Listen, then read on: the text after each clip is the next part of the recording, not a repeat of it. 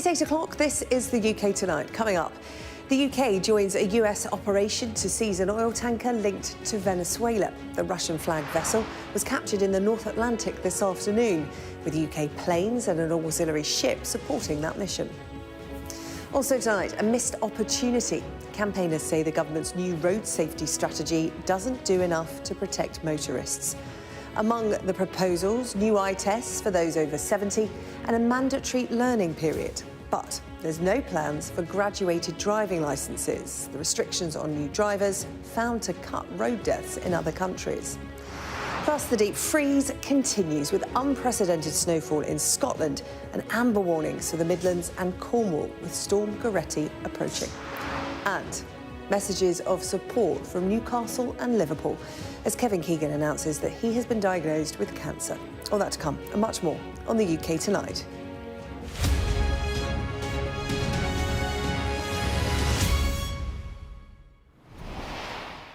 The Ministry of Defence has confirmed that the UK military was involved in the US operation to seize an oil tanker in the Atlantic this afternoon.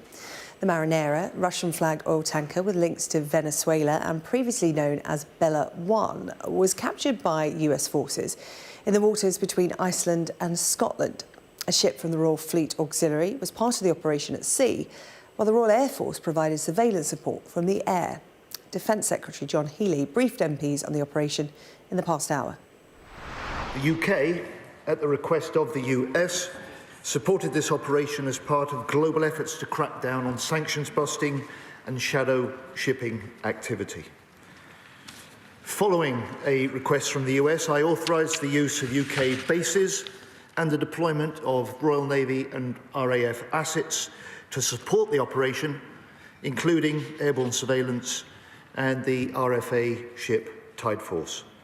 This was a US operation. No UK personnel took part in the boarding. And I can update the House, Mr. Speaker, the operation is ongoing, but the Bella 1 is now under the control of US forces. Well, that was the official briefing a short time ago. Let's bring in Sky's political correspondent Rob Powell, who's following events in Westminster for us. And Rob, what's been the reaction to this? There hasn't been too much reaction, actually. We have had some left-wing MPs sort of suggesting that this is the UK piling in behind Donald Trump after that pretty controversial raid on Caracas, where he took Nicolas Maduro, the president, and then hauled him into a New York courtroom. And I think it was interesting listening to John Healey in the Commons just then, because actually he was trying to, I think, distance the UK from that. The US explanation for the taking of this tanker is intricately tied up with Venezuela and what happened, 5-6 days ago there.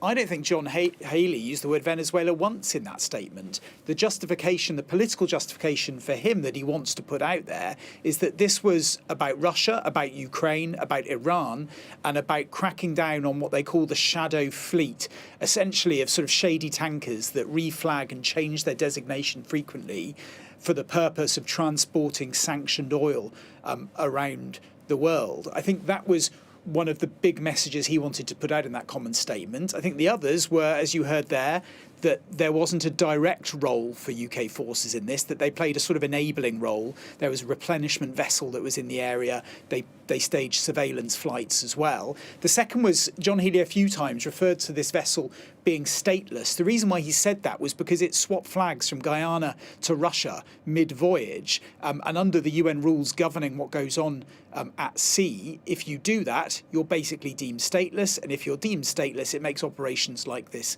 more legally justified than if it is a properly flagged vessel from another country. So taken together, I think the message from John Healey was, look, this isn't us piling in behind Donald Trump in some of the sort of legally dubious, in an international sense, military escapades he's been embarking on recently. This isn't us just sort of jumping when Donald Trump asks us to. This is us pursuing our own priorities tied up with Ukraine and Russia. look, take that with a pinch of salt to an extent. We know that this is set against the backdrop of the UK and Europe attempting to negotiate with the US for security guarantees around Ukraine. The broader backdrop is, of course, the UK and Europe attempting to keep the US bluntly interested in the security of Europe and interested in NATO. So I think that is why when the Americans ask for assistance in operations like this, we say yes. Rob, thank you. Rob Powell there with what has been happening in Westminster this evening with regard to this incident. Let's bring in our defence and security analyst now, Michael Clark. Michael, really good to see you. How and why did British Armed Forces get involved in this operation? Well, the why is fairly clear. I mean, obviously, it's a British-American operation. There's good political reasons for doing that. But even if the Americans were not involved, there was a good reason for Britain to be involved because this was in our neighbourhood.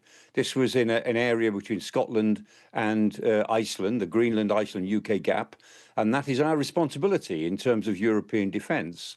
And so if any ship needed to be intercepted, then we ought to be involved in that because it's, in a sense, it's not our territorial waters, but it's part of the North Atlantic for which we take responsibility. So it was partly our job to be involved.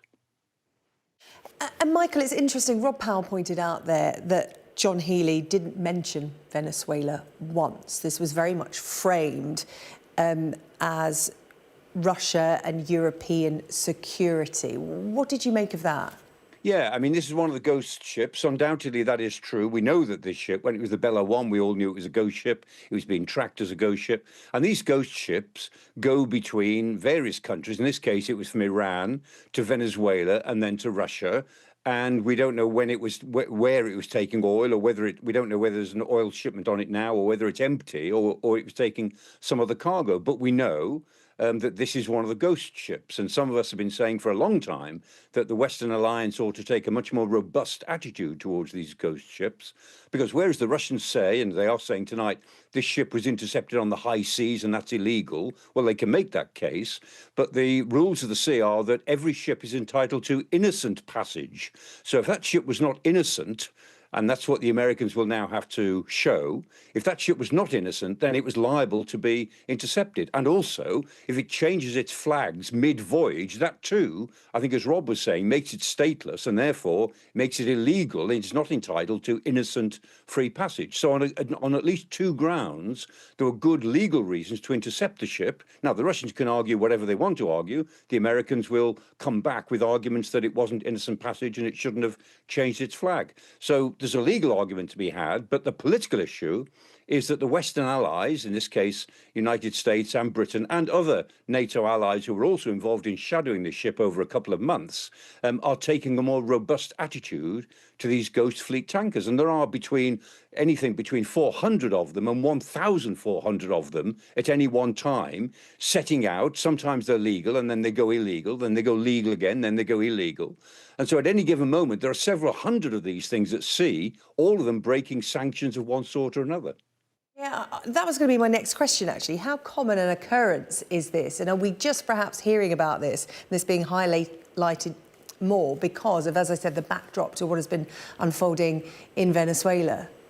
Yeah, well, so far the score is that the United States have intercepted 4 tankers since early December. And this is the first 4 tankers that are obviously ghost fleet tankers that have been intercepted for those reasons. Now, other tankers or other ships have been intercepted where they look as if they're dragging their anchors in the Baltic and in northern waters where they're trying to interfere with pipelines and cables. And they clearly are doing that. Well, they're very clearly suspected of doing that. And a couple of times they've been pulled in, although the legal issues there are more difficult. So in general, the Western allies are taking a more robust attitude to the way in which our adversaries are using the rules of the sea to make hybrid war on us. It's known as, sub-threshold hybrid war. But this is the beginning of what may become a much bigger campaign. And I think we are heading for a series of much more militarized incidents, probably at sea more than on land. That's where it's more likely to happen. And I think we'll see the tension around these sort of things ramping up. It just so happens that this particular thing, it suits us because this is also about Russia. But of course, the Americans are doing it because it's about Venezuela. And that's why John Healey didn't want to talk about that. We don't want to talk about the Venezuelan operation, but it suits us that this particular tanker was going on its way apparently to Murmansk, where it was one of Russia's dark fleet. Russia's transport ministry saying that no state has the right to use force against vessels duly registered in the jurisdictions of other states under the UN Convention of the Law of the Sea. Russia, of course, their feathers ruffled over this. But the implications of what's happened for Britain, Michael, will we start to see more involvement of British armed forces in these kind of interceptions? I think we will. And one of the things that people haven't commented on, which is worth noting, is that we deployed P-8 Poseidon aircraft from Lossiemouth, and they're very, very good. They're best in the business. But the ship we sent was an RFA, a Royal Fleet Auxiliary tanker. It was a fleet tanker. It was the Tide Force, and we got 4 of those, the Tide series, the Tide Force, the Tide Spring, the Tide Surge, and so on. But we sent a tanker because we haven't got a warship. I mean, this was a pretty big operation politically. This was an important moment. And we didn't have a frigate or a destroyer available to take part. Now, the Americans will have noticed that. The Russians will have noticed that. The best we could do at sea, and this is something that the Navy will be acutely aware of, is to send a Royal Fleet Auxiliary tanker, which normally does what's called a RAS, which is replenishment at sea operations. They do have a couple of 30mm cannon on board, and they can take a helicopter. But an RFA tanker is not a warship, and the sailors on the tanker are merchant seamen they do have great specialisms working for the Navy, of which they're rightly proud. But they were not Royal Naval personnel, and it wasn't a Royal Navy ship. The best we can do at the moment is escort it with a Royal Fleet Auxiliary fleet tanker. Well, if the UK government were hoping that nobody would notice, you certainly did. Professor Michael Clark, always good to talk, our security and defence analyst there, talking about the British Armed Forces' involvement in the interception of that ghost ship, that Russian-flagged oil tanker by the United States. Michael, thank you. Now, families of those killed in crashes involving young drivers say the new government strategy to cut deaths doesn't go far enough, and a major opportunity has been missed. Amongst the measures announced or being considered are mandatory eye tests for older drivers, those over the age of 70, and a cut to the drink-drive limit. There could also be a new minimum learning period before a new driver can take their test. But campaigners say that restrictions after they pass are desperately needed. Our West of England correspondent Dan Whitehead has this report. Rebecca was unique, like all children are. She was very likeable, very easy, very trustworthy. She was a very loyal friend to people. So this wonderful piece of art that's in our family room is one of Rebecca's last pieces from her art A-level. Chris and Nicole lost their 18-year-old daughter Rebecca in a car crash in 2008. They are one of many bereaved families who've long campaigned for tougher rules for new young drivers. News today that the government will look into a minimum learning period of up to 6 months before a test is welcome, but doesn't go far enough. After 17 years of meeting other families who've lost their young children for the same thing or for similar things that we've been battling for, and hundreds of people we've met since, it just feels like it's a delay excuse. They need to be brave. Yes, having a longer learning period would be a good idea. But the reality of this is that we have to let young drivers on the roads on their own at some point, and therefore we need to protect them when that happens. If the government thinks this is enough for us, it's not enough. There's a lot more that should be done and can be done. Both had hoped to see full graduated driving licences introduced. And give us a little bit of gas. Let's just see how the car feels. Sky News saw firsthand how they work in Canada. Restrictions on nighttime driving and limits on passenger numbers in those first few months have seen deaths and injuries there fall substantially. Stopping short of introducing full graduated driving licences will be a disappointment to families who've campaigned so hard. And while a minimum learning period is a victory of sorts, it is one that still sees new drivers with no restrictions once they pass their test. The new road safety strategy is billed as the biggest set of reforms in nearly 2 decades. It also includes plans to lower the drink-drive limit in England and Wales, mandatory eye tests for those over 70, with a target to reduce deaths and serious injuries by 65%. I think overall the strategy is very welcome, and it's also got some pretty ambitious targets. There are a lot of common sense measures looking at seatbelts, making it an offence with penalty points for the driver not to wear a seatbelt or any of their passengers. That makes a lot of sense, as a third of people who die in crashes aren't belted up. 4 people die on Britain's roads every day. Many more are seriously injured. The long wait for a strategy to tackle that is now over. The campaign by families to ensure that it goes far enough is not. Dan Whitehead, Sky News. Well, joining us now on the programme is Claire Reynolds. Her daughter, 6-year-old Charlotte, was killed by a drunk driver back in 2021. She was walking home with her dad. Claire, really good of you to come on the programme tonight. I know how passionately you feel about this. What did you make of the government proposals today, particularly when it comes to drink driving? I think a lot of the points in the proposals are definitely well needed, and I think it'll help a lot. Regarding the drink driving, it is positive that it's coming down, that the legal limit is coming down, and I thank Lillian for everything that she's done. I do feel that it does need to be more of a zero tolerance, because there's still that grey area there of how much you can drink. Am I okay driving? Am I not okay driving? There's so many different factors that affect everything. So one drink for someone is very different than somebody else.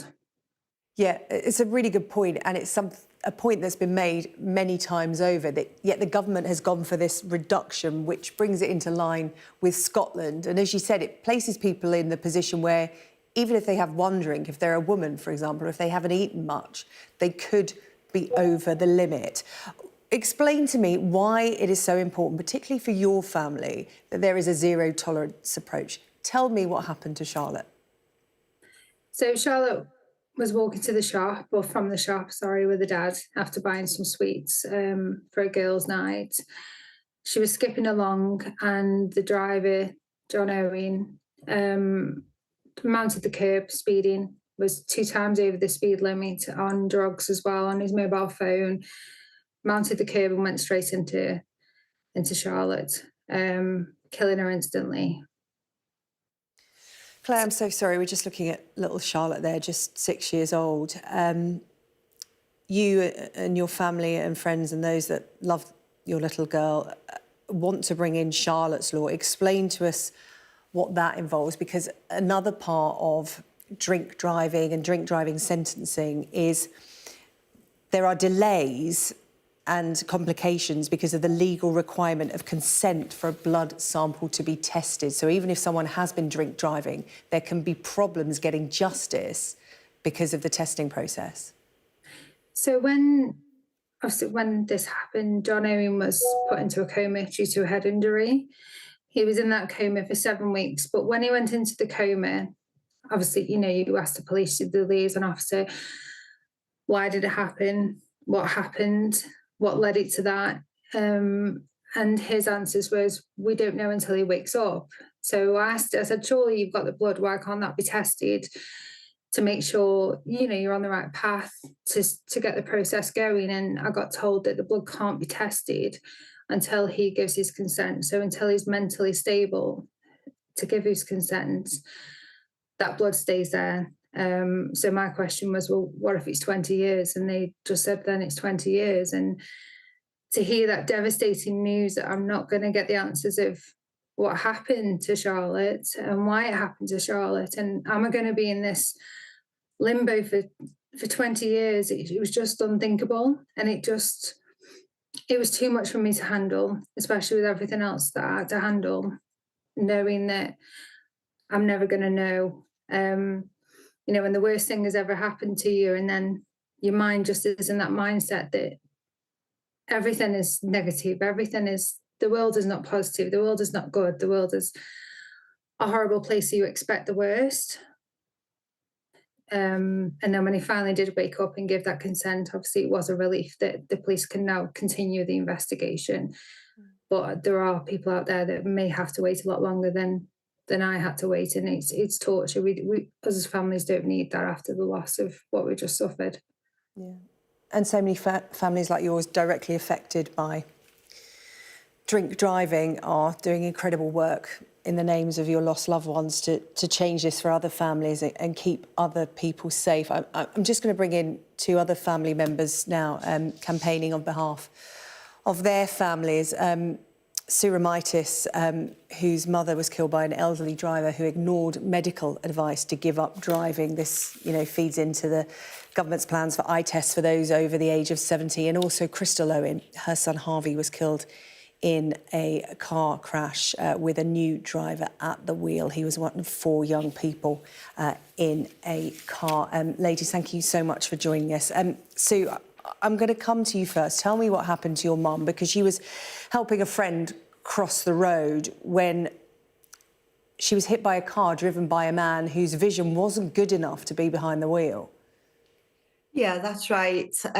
Mum and a good friend, Grace, have been out to a local church, 2:00 social club.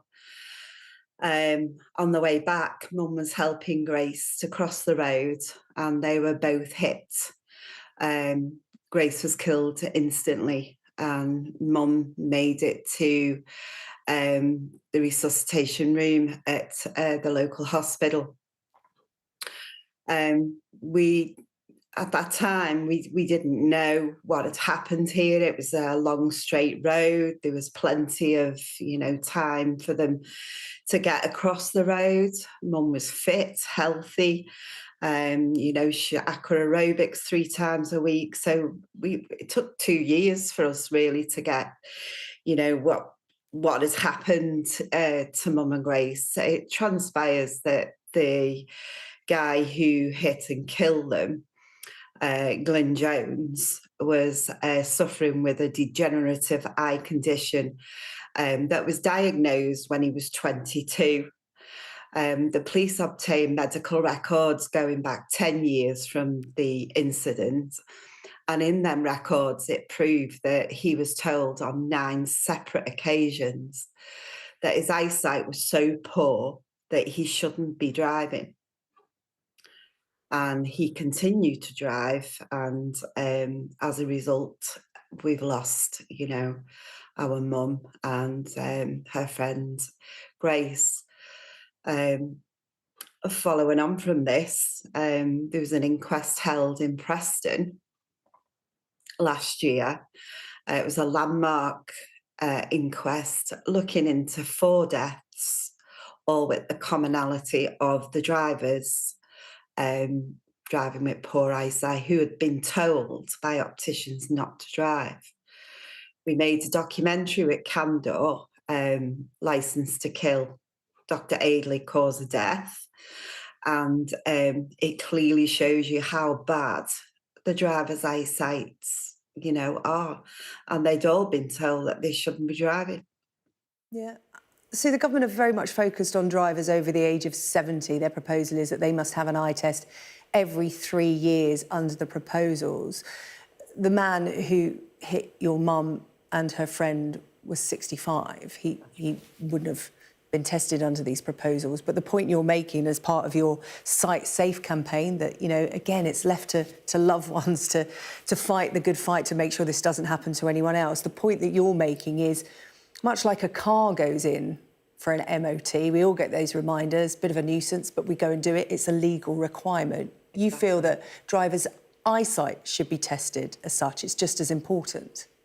Yeah, it seems ironic that the car is safe, but the driver isn't. So what our family and our driver error, isn't it? Not the car error that causes accidents. No, stationary car doesn't kill anybody.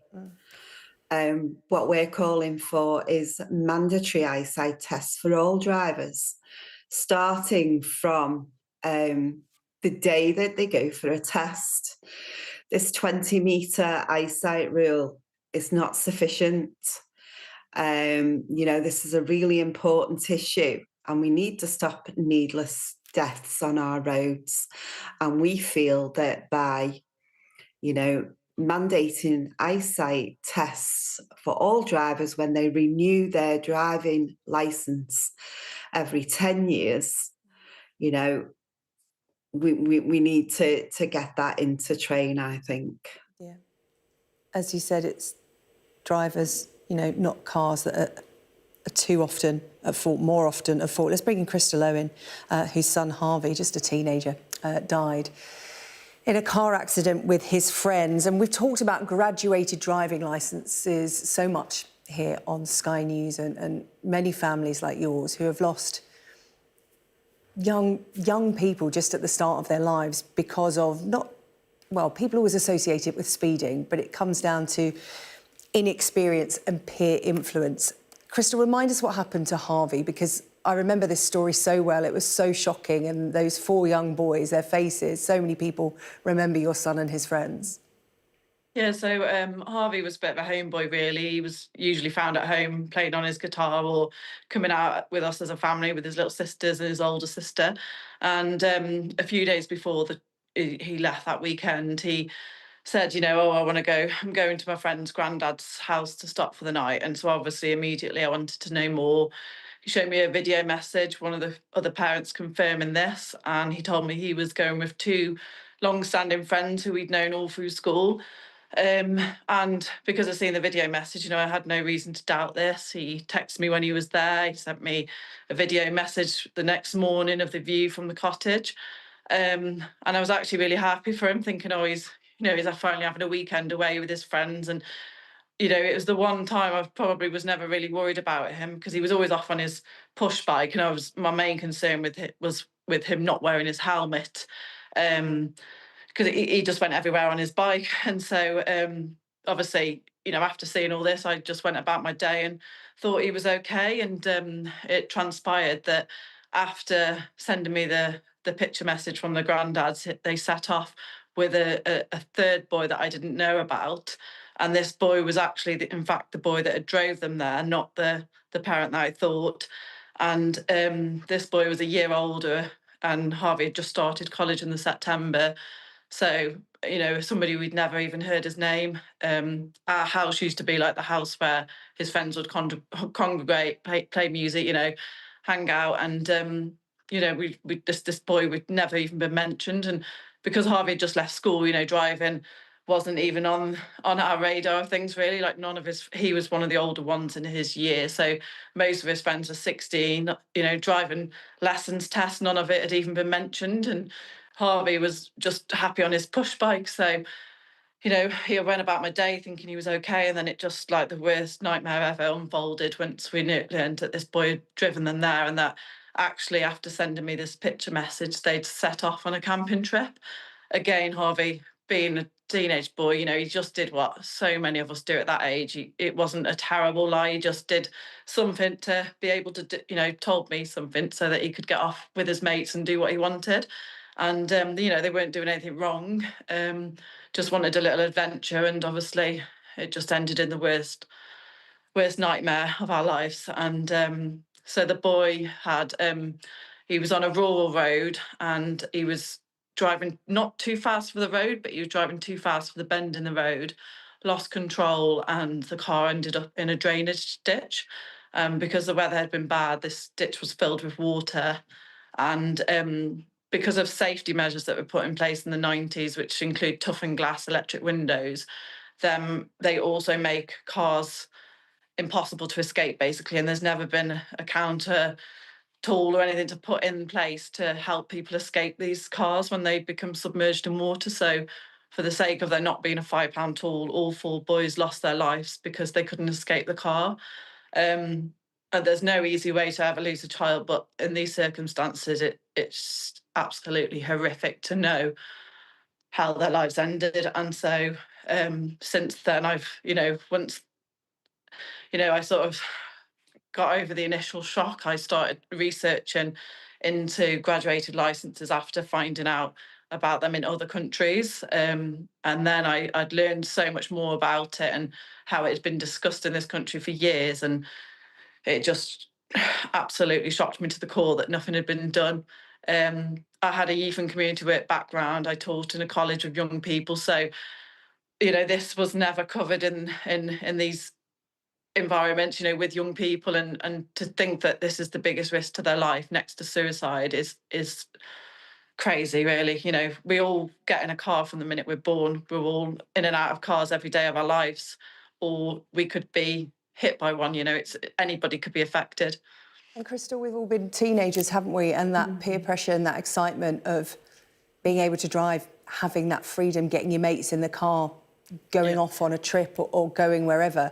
We have all been there. And as a teen, boy or girl, your brain doesn't catch up with the risk. You don't understand it at that age. Your brain isn't mature enough. So families like yours who have paid the ultimate price want the government, want us adults to protect them. And, you know, I know a lot of parents watching tonight will wholeheartedly agree with you. The government haven't gone for this. They haven't gone for it. They've talked about it, as you said, a number of times, but they haven't gone for it. They've gone for this extended learner period. Learners will be forced to wait for up to 6 months before taking their practical test. So a lag time between the theory and the actual practical element. Because we know, again, teens, if you can get a test, you take it as quickly as possible and cram all your lessons in.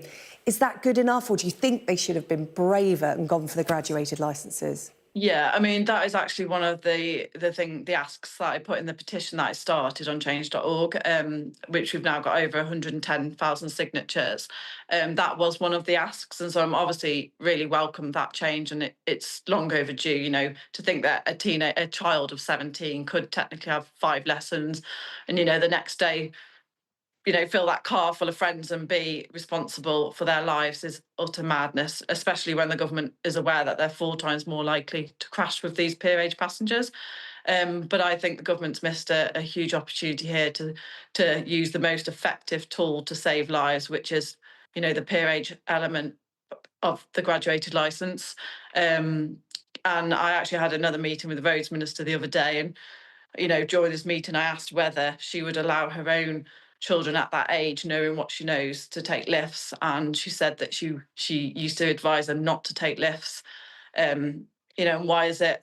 It's not acceptable that she has the knowledge of the risk to young people, and sadly, you know, parents up and down the country aren't aware, and some parents, you know, they're so in denial that this could ever be them that they may not have them conversations even with the knowledge, because this is, to everybody else, this is something that happens to somebody else. You know, it will never happen to my child. It will never be me. My child will never twist the truth. My child will never do this. But actually, it does. And so, yeah, it totally doesn't go far enough. And I think it just says it all when, you know, our roads minister said that they would give that advice to their own child to not take the lifts. I'm just going to bring Claire and Sue back in at this point, Crystal, because our time together is coming to a close. Claire, Crystal used the word sadness there about the fact that, you know, other parents will still go through, other family members will still go through what your families, all 3 families, have gone through, because the government, in your eyes, is not going far enough in the particular areas that have touched your lives. Claire, can you put it into words how you're feeling about this missed opportunity? Is it sadness? Is it anger? Because, you know, one thing is for sure, as families, you're all going to keep going until you get what you want. I mean, I don't think we're never going to stop these drivers. It's always going to keep happening. But the more we can do to put things in place, you know, the better. It just seems like an endless battle sometimes that you're fighting, and it takes a lot of strength, I think, for all of us to do something like this and to talk about it. And it's nice that the government listened to certain points, but hopefully one day they'll get there on the main points that we need them to get there for.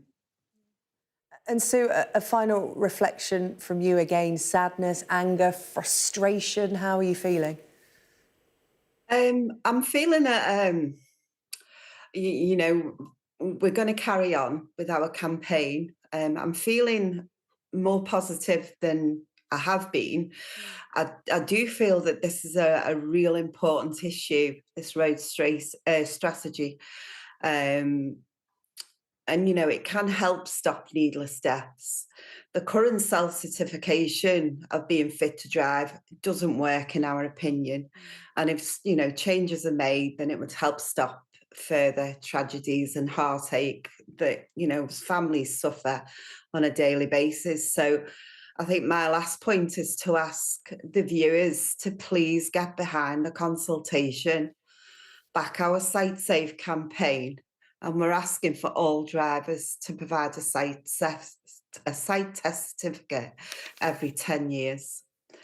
And Crystal, a final reflection from you, because, people watching tonight, as you said, no family think it will ever happen to them. There will be people sitting on their settees tonight or watching this on the train, wherever they might be watching us tonight, thinking, that is terrible. If that happened to my child, it would be devastated. Who knows? It could one day happen to them. What would you say to them about getting behind you as families in your campaigns? I would just urge anybody who has any doubts about this law, please do some research, because it is really hard during a short interview like this to get all the points across and to cover all the evidence and the research that backs it. So we also have a petition on change.org, safer driving for 17 to 19-year-olds. And that's the thing, we're only asking for a small ask. Graduated licenses in other countries, every single country it's been in place has been effective, but they all have different asks, for what they put forward. And we're not actually asking for that much. We're asking for, just the 17 to 19-year-olds for 6 months for them to not have peer age passengers unless accompanied by an older adult. So it's not like we're ever restricting their freedom. We're trying to give them a lifetime of driving. And, also there's so many more benefits to this law for young people in terms of making driving affordable for them, because the reason that insurance is so high is because there are so many young driver crashes. So please just do your research before you have any doubts about this, because it's the biggest killer of young people is getting their lift in with a friend or taking peer age passengers in the car. Well, listen, we've done a lot of reporting on graduated driving licence here at Sky News. You can head to our website, skynews.com, for more on that, and all of the information about what the government have announced so far. And, campaigners saying that there are more opportunities they could have taken up. All the details on our website, skynews.com. There's some positive steps, but still more to do. Ladies, thank you so much. Sue Romitis, Crystal Owen and Claire Reynolds. Thank you for your time. I really appreciate it. Thank you. Thank you. They're remarkable women. Now, there is more to come on the programme. After the break, the big freeze, it continues. We're now approaching a storm. It's set to hit the UK tomorrow night. We'll tell you where will be worst affected. Stay with us.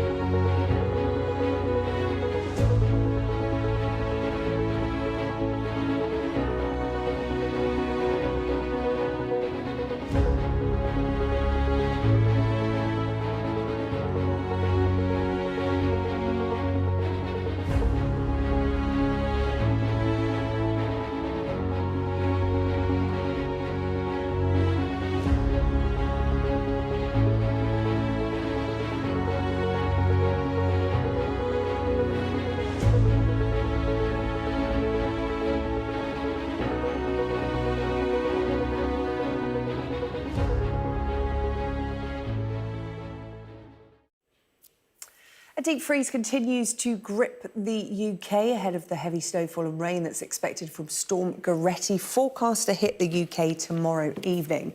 Well, yellow warnings for snow and ice are currently in place across most of Scotland. More warnings, including amber, wind and snow alerts, they will come into force tomorrow, covering most of Wales and stretching up to the north of England. The Met Office is warning of possible travel delays on roads, stranding some vehicles and passengers. There is also a risk of power cuts and rural communities could become cut off. There are yellow snow and ice warnings in force across southern Scotland, Northern Ireland, most of England and Wales. Our Scotland correspondent Conor Gillis reports now from Aberdeenshire, where residents there are dealing with unprecedented levels of snowfall.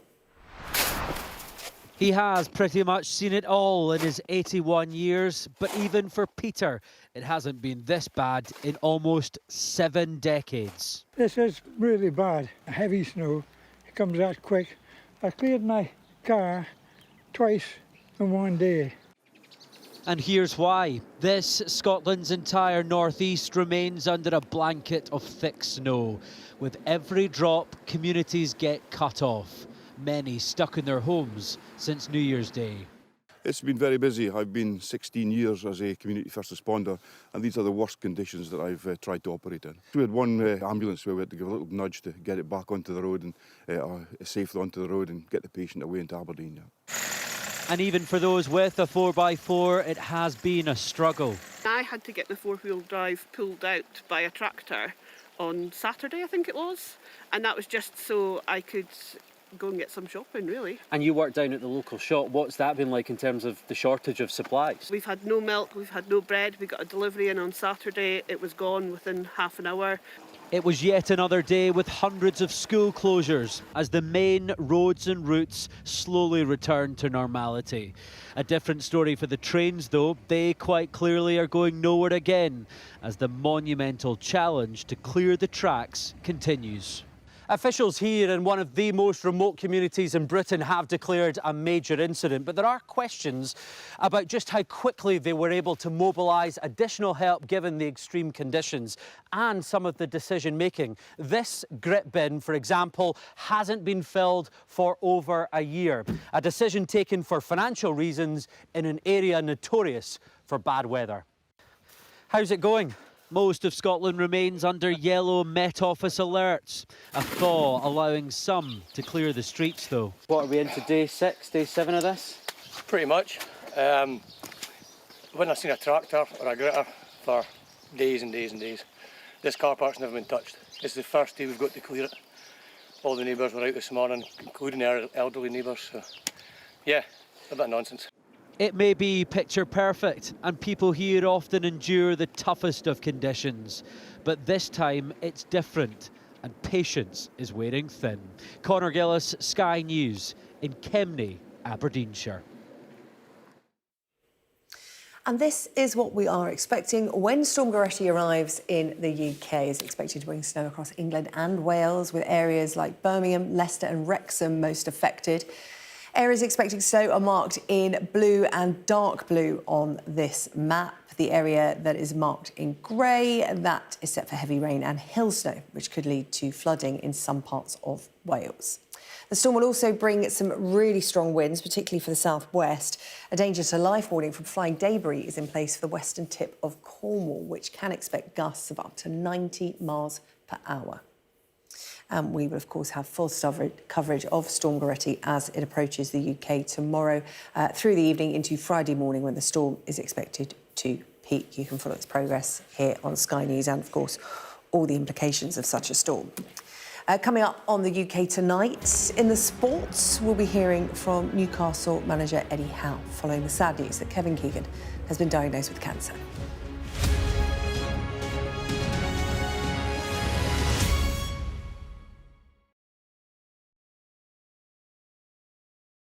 First Minister, how are you? Good morning. Good morning. Nice to see you.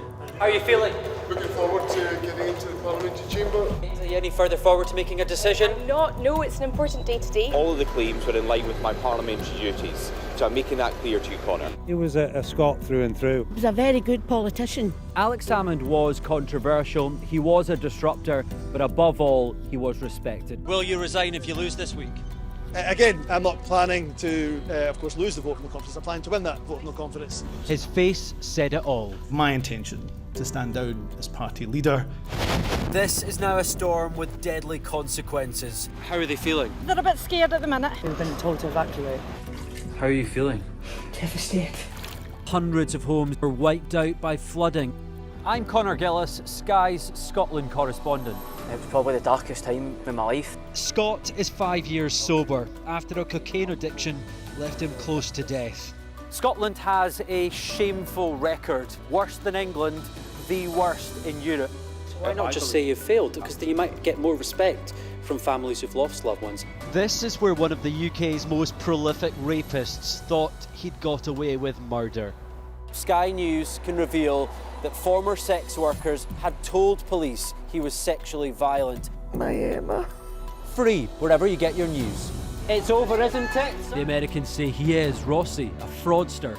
This has been one of the most bizarre cases ever heard in a courtroom in this country. A dangerous murderer. Do you think you'll ever be able to forgive Andrew Ennis after this? She said she can forgive him, but as long as he's behind bars. By doing the right thing, it's destroyed your life. They terrorised me. They intimidated me. Sky News, the full story first.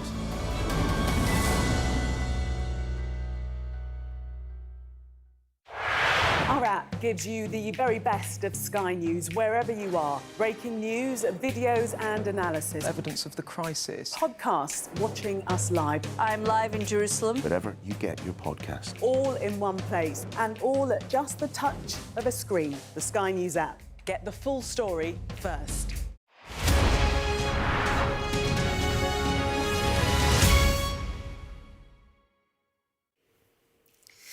Coming up, I'm going to speak to a stonemason turned snow mason. He's been making the most of the current cold snap. It's quite the feat he has achieved. We'll bring you that. But first, Bella has the sport. Hello, Bella. Hello, good to see you. Yeah, really nice to see you. We are going to start by talking about Newcastle this evening. But before we get on to the actual football, we're talking about former Newcastle manager, there he is, Kevin Keegan, announcing some really difficult news tonight. Yeah, some sad news come through to us this afternoon, and that the former Newcastle England manager has been diagnosed with cancer. So 74 years old, he was recently admitted into hospital. This was with ongoing abdominal symptoms. Tests shown that he does have cancer, so he will now start treatment for that. His family released a statement this evening. This is what the statement said. Kevin Keegan was recently admitted to hospital for further evaluation of ongoing abdominal symptoms. These investigations have revealed a diagnosis of cancer for which Kevin will undergo treatment. Kevin is grateful to the medical team for their intervention and ongoing care. During this difficult time, the family are requesting privacy and will be making no further comment. Well, listen, everyone here at Sky wishes Kevin Keegan well, very much part of the Sky family as well throughout his career. Newcastle actually preparing for a game at home to Leeds tonight, and they've thrown their full support behind Keegan. Yeah, absolutely. An absolute legend in Newcastle and beyond. You know, he's known as King Kev fondly.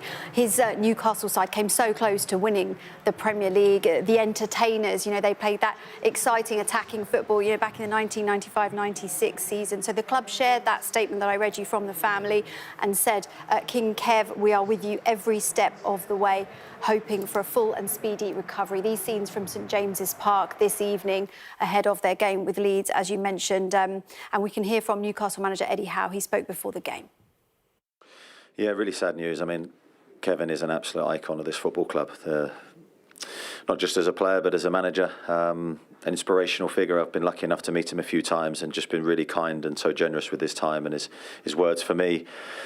We wish him well. The whole city is behind him and with him every step of the way. Yeah, so those words from Newcastle manager Eddie Howe, and echo what you say. Everybody at Sky News and Sky Sports News wish the family and Kevin well with his treatment. Now, let's get the rest of the sport headlines.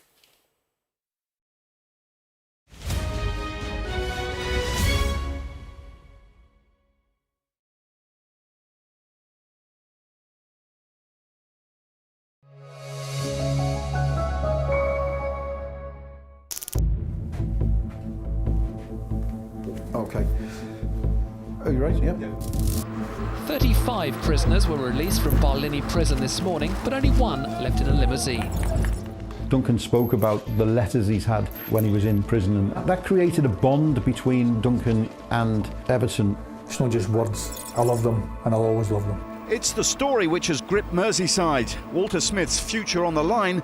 The Everton boss apparently close to quitting over the multi-million-pound sale of captain Duncan Ferguson to Newcastle. We were under pressure from the bank to get the overdraft down. It upset me. You try to move on. It's not easy for me. I couldn't rub off my tattoo, could I? The fans adore him. Then all of a sudden, crash bang wallop, he's playing with the striped shirt on. A fan had came into the training ground, burst into reception, sat herself on a seat and refused to move until Duncan Ferguson was re-signed. It was a bit of shock. Once your club doesn't want you, really it's inevitable you've got to move, haven't you?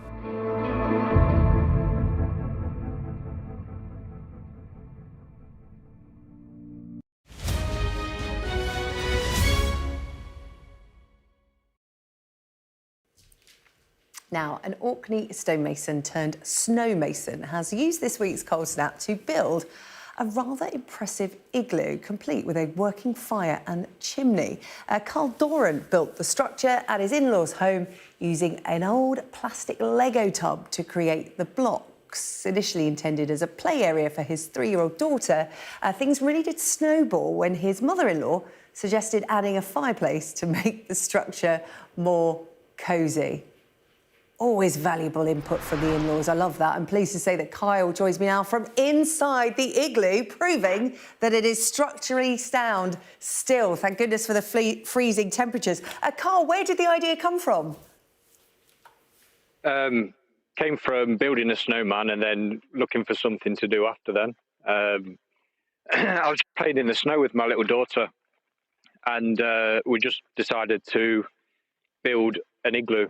It sounds a bit simple, but that's just what it was. And we just compacted some snow into a Lego blocks tub. I've got it right here, actually. Just use that, put some snow in it, and use that to build the frame of the igloo, and then cut out the fireplace and built the chimney afterwards. And that's just how it came about, really. Well, I love that, casually building an igloo. You make it sound so simple, but obviously you've got a background in stonemasonry, which I'm sure helped. Did you get any advice online? Because whenever there's snow, we all see those videos online, whether it's YouTube, Instagram or the like, of people doing things in the snow. You think, oh, I might give that a go, but you never really do. Yeah, I don't know. I just couldn't sit still. I mean, I've sat by the fire and had plenty of cups of teas and coffees and stuff like that, but just wanted to get out. My daughter wanted to get out, do a little bit of sledging and stuff, and I used that stonemasonry, I guess, experience, skill, just to build the arch. And then once you've got the arch and everything's sort of leaning on top of each other and supporting each other, it's okay. It's just we're seeing pictures of your little girl inside it. Of course, it was built for her. What did she make of it? Yeah, she loved it. I've got, some of her toys are still in here, actually. I've got this little snow cone that she's been using. So some ice cream, she's been using the snow with that. So, yeah, she's loved it. It's given her a little bit of shelter from the wind as well. And if she gets a little bit cold out there, she can come in there and play as well, so that's been all right. Genius idea for the mother-in-law as well, to have a fire in a chimney. How difficult was that? Yeah, it's all right. Not too bad. I mean, yeah, it was okay. You've got the fire going at the moment. How does it not melt the igloo? It probably does eventually. It's just hopefully not while you're in it. Yeah, well, it might be a good show, mightn't it? If it all falls down while I'm in it, you'll have a viral clip off that. But we don't do clickbait here. Yeah, we'd rather you be safe. We'd rather you be safe. Talk to me about what the weather's been like. Talk to me about what the weather's been like there in Orkney. Obviously, there's been unprecedented snowfall in Scotland, and people building all sorts of snowmen. Yours is perhaps the first igloo I've seen. Other people might follow suit. But talk to me about what conditions have been like where you live. Yeah, it's been tough for a lot of people. I mean, the snow's come down thick and fast over the course of the weekend, and people have been struggling to get out to the shops in places because of the snow drift and things like that. We were stuck in for over the weekend, but fortunately, we're not too far away from a main road, so they're the first ones to get salted and cleared. But it is what it is. I mean, when you live in a place like Orkney, you kind of just hunker down. Do your best, and everybody helps each other. It's a really good community up here. People are willing to lend a hand, so it's nice and positive. And I think the Igloo as well, it was just a nice, fun, positive message to put out to people in the midst of people getting stuck indoors. Yeah. And I think that's why people have sort of cottoned onto it and liked it. So, yeah, just trying to spread that positivity. You've certainly brought the fun to us this evening, Carl. We really appreciate it. I'm sure it is quite cosy in there, but I take it you're not going to spend the night in there, so we'll let you get back into the in-laws' house to a proper bed and proper central heating, hopefully. And, yeah, put that fire out, because your daughter will want to play in that tomorrow. She won't want it to melt overnight. Thanks, Dad. My back's getting a little bit hot as well, so I'll have to, Oh, well, listen, Carl, really good to see you. Thanks so much. That's Carl Doran there, a stonemason, building a rather impressive igloo in Orkney. I'm sure the neighbours are jealous. Right, let's just bring you a bit of breaking news we have. This is coming from Cheshire Police, and they are saying that they are appealing to the public for help to trace a man who has absconded from prison. He has absconded from HMP Thorn Cross. His name is Kieran Cameron. He was reported missing from Warrington Prison at 8:20 this evening. He is 43 years old and currently serving a 23-year prison sentence for an attempted murder in Dorset in 2016. He's described as white, around 5'6" tall, of medium build with heavily receding hair and a ginger and grey beard. He's known to have extensive links, Cheshire Police say, to Manchester, Liverpool and Dorset, where that crime was committed. So that's officers from Cheshire Police appealing to the public for help to trace Kieran Cameron, reported missing from Warrington Prison, absconding at around 8:20 on Tuesday. They're being told to call 999 immediately. Yalda's next with the world. We'll see you tomorrow.